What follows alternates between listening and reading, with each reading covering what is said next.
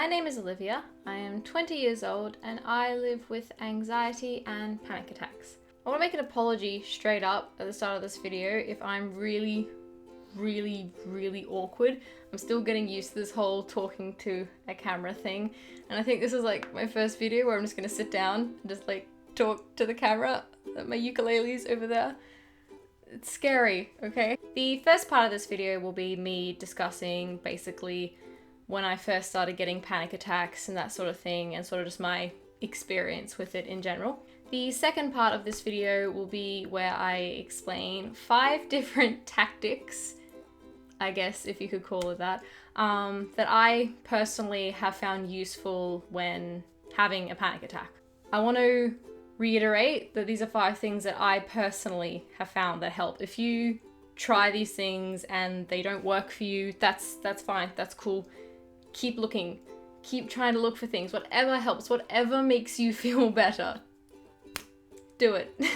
So for people who get triggered by talking about panic attacks and that sort of thing, to make them have a panic attack, I know I do that as well, so I'm gonna try not to have a panic attack while making this video. Was this even a good idea? I will put in the description the part of the video where I start talking about the 5 things, so click on that now. See you soon.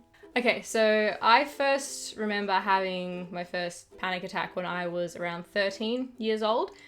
Nothing particularly triggered it. I was just sitting at home, watching TV, something like that. It was school holidays. And I remember just looking out the window and just thinking all of a sudden, oh my God, I can't breathe. Just like, I can't breathe. There was nothing wrong with my breathing. I just had this feeling in my chest and this feeling of dread all over my body that I'm dying or I'm about to die. And I went in and I told my dad, I can't breathe. And obviously my dad's gone, oh, okay. And he drove me to the hospital. I used to have asthma, so of course my dad's gone, oh my gosh, she's having asthma attack. So my dad and my brother and I all hopped in the car, and the way over there I'm thinking, I'm dying, oh my God, I'm dying the entire time. And then I get to the hospital, my dad walks up and says, my daughter says she can't breathe, and all the nurses are like, crap, okay. So they take me into the hospital, they put me on a bed, they like put this thing on my finger, I remember that, like monitor me and everything. And I'm there for like 2-3 hours. And during that time I calm down and I start to feel better. And I'm just sitting there and all the doctors and nurses are like, there's nothing wrong with you. Like, there's nothing wrong with your daughter, she's fine. And then I left, they discharged me and we got in the car and we went home. And that was sort of it. Like, there wasn't really much conversation of like, okay, you were fine. But there was never any really, okay, let's figure out what was wrong with you. I remember my mum came home and was like, yeah, you probably had a panic attack. And I was like, oh, okay. From that day onwards, things got a lot worse. So for the whole of 2009, which is when I was 14, in grade 9, I had a panic attack pretty much every day. It was most nights, like I would come home from school, whatever, and I would sit there at night time with my family, having dinner and everything, and I would just feel like I was about to die. I just had this loop going over and over on in my head that if I fall asleep tonight, I'm not going to wake up. Like, it's really important to note here that everyone experiences panic attacks differently. Like, some people, it can be like, you know, heart pounding, that sort of thing, or like feeling really hot, flushed all over. Some people, like with me, it tends to be like a whole, it's hard to explain if you haven't experienced it. It's just a feeling of dread over your whole body, like terrible things are about to happen, death is imminent, that sort of thing. Tea break. My panic attacks were unusual and difficult to deal with when I was growing up because they were mostly related to my breathing. So like, I always thought that I couldn't breathe, which was very difficult because whenever I'd look up help or that sort of thing, the number one thing they always say is, focus on your breathing. Yeah, that's the problem. I'm doing that already. I'm doing that too much. So that really didn't help. I haven't completely gotten rid of my anxiety and panic attacks, but I have gotten a lot better at managing it and coping with it. Okay, so hello to everybody who skipped that bit. Here are my 5 things that I have found that personally help me when I am having a panic attack. So number 1 is gonna sound a little bit weird, and that's to acknowledge it, which sounds strange, but bear with me. If you're having a panic attack, it's very easy to try and ignore it. Just be like, oh my God, go away. I'm out with my friends right now, I'm having a great time, why am I having a panic attack? This is so inconvenient, just like put it off.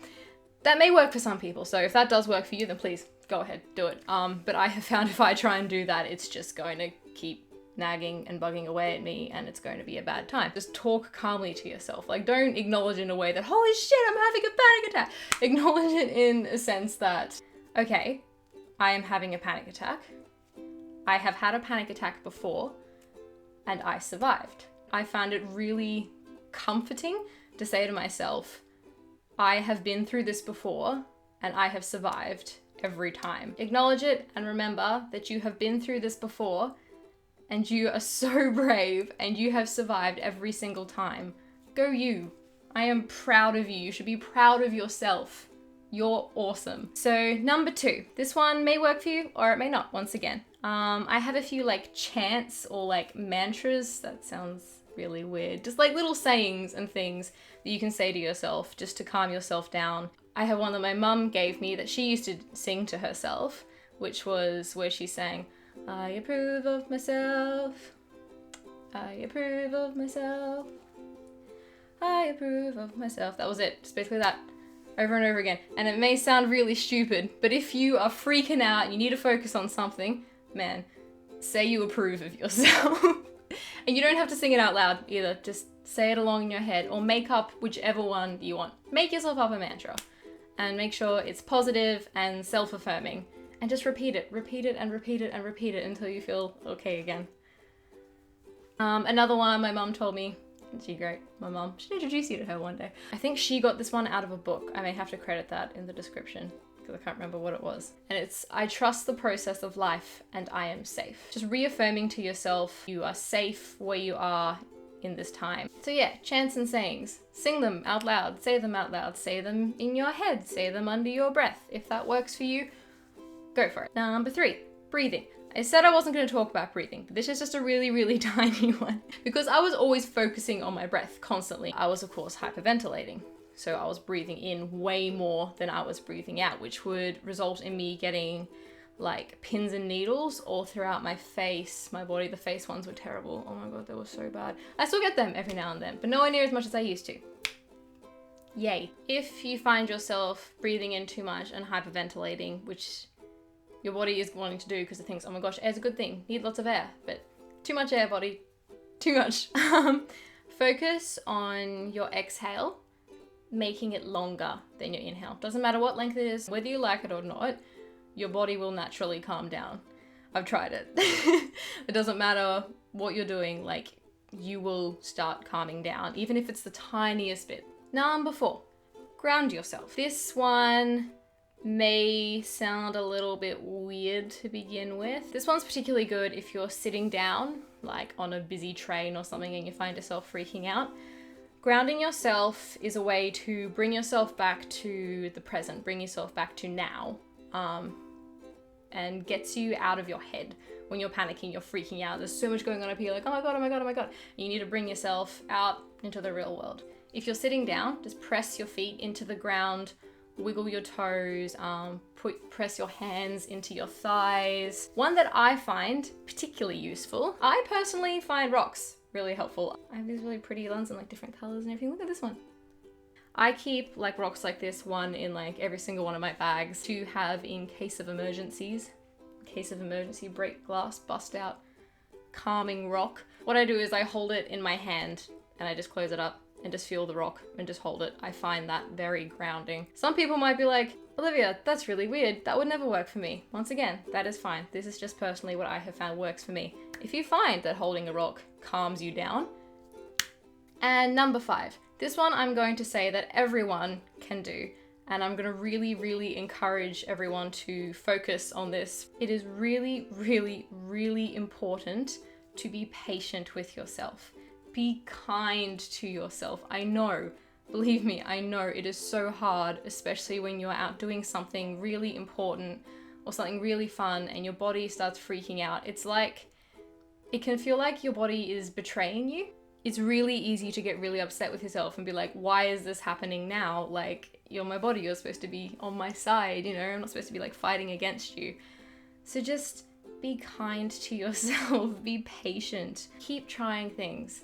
If you find singing works for you, sing. Whoever's around you, doesn't matter, who cares? It's about you. It's about you feeling better again. If you find cooking helps, laughing, talking with your friends, going and crawling into a ball, having a cry, freaking going and facing a wall, closing your eyes, whatever you find works for you, and know that it does get better, and it will get better, and you're gonna be fine. You're gonna be better than fine. You're gonna be great. You're gonna be amazing. Thank you guys so much for watching this video. I really hope it has helped someone somewhere in the tiniest way, and if it has, that's awesome, amazing. I'm not saying everything that I have said here today is correct. This has just been my personal experience with anxiety, and yeah, I hope it helps someone. If you did enjoy this video, please give it a like, because I was a bit unsure about uploading this video, but I asked my peoples on Twitter if they would like to see something like this in one of those poll things, because I finally figured out how to do that, and I got 100% yes things. So if you're not following me on Twitter, shameless plug, all my social media sites are in the description below. Come, we can have more talks about things and discussions about what videos you would like me to make. I will leave some really helpful links in the description as well. Please leave a comment if you want to have a chat about things, and we can all have a nice, loving, supportive, wonderful, I don't know why I'm hugging myself, discussion in the comments below. Thank you guys for watching. I'll see you really soon. Be kind to yourselves. Bye.